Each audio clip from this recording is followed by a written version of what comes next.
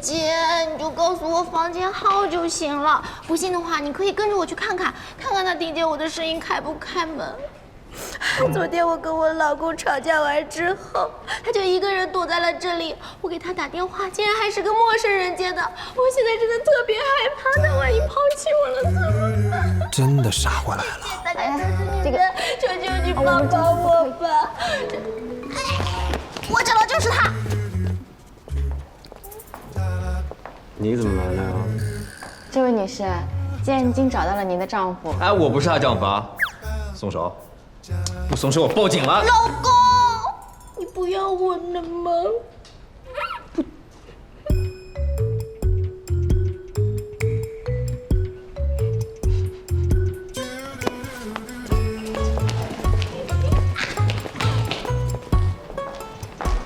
老公，老师好。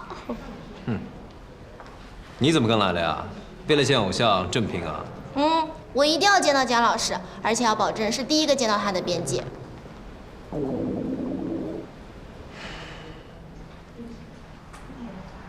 江雨晨现在在睡觉，你要是这个点把他吵醒的话，能不能活着离开都是个问题。你以为所有人都跟我一样和蔼可亲啊？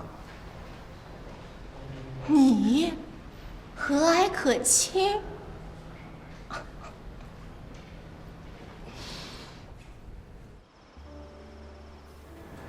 你怎么知道我在这儿啊？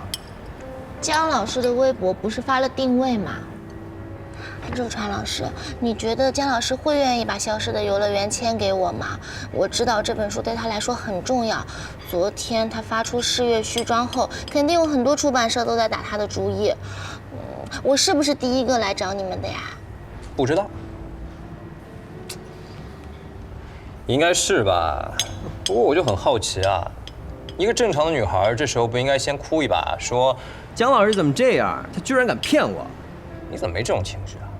我也想去问的呀，后来仔细一想，作者就是编辑手上的刀。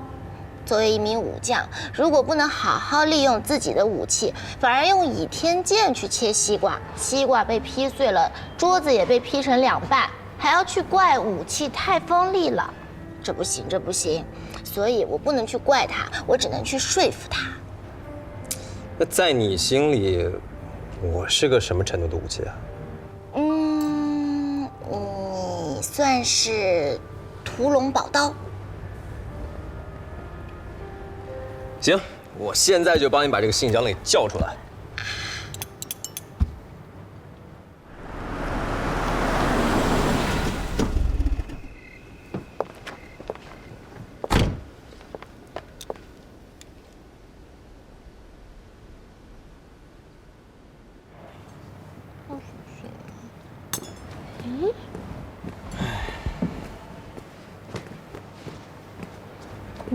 你怎么来啦？你好，楚理，我是江雨成。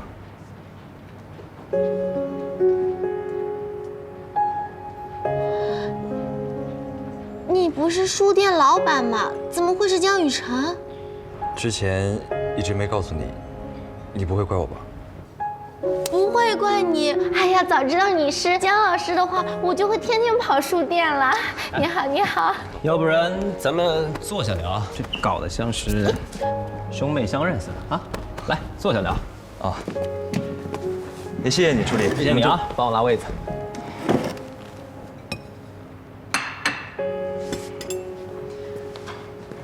也谢谢你，楚理。这么远来找我，一定很辛苦吧？没有，不辛苦，能见到您，我觉得很值得。楚理啊，你不是说有什么正经事要找姜雨成聊吗？哦，对，姜老师，这次来找您是想跟您聊聊《消失的游乐园》在我们月光上连载的事。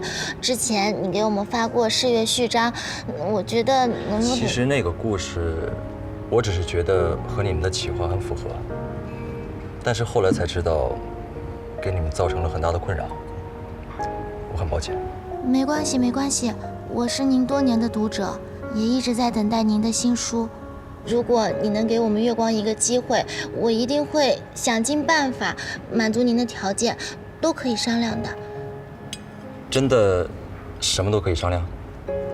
嗯，我尽量。那合同上我的保底版税，要是他陆河神书的2倍。凭什么呀？你敢答应试试？这个恐怕有些困难。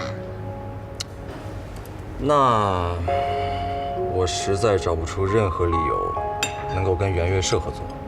之前我见过你们的苗副主编，他个人对我的创作风格也不是很认同。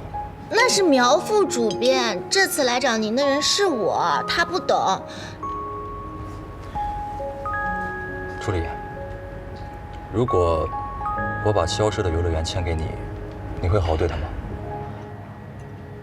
我当然会啦，我一定会亲自一个词一个字的编校，翻山越岭为您去找最好的画手，和领导大战800回合。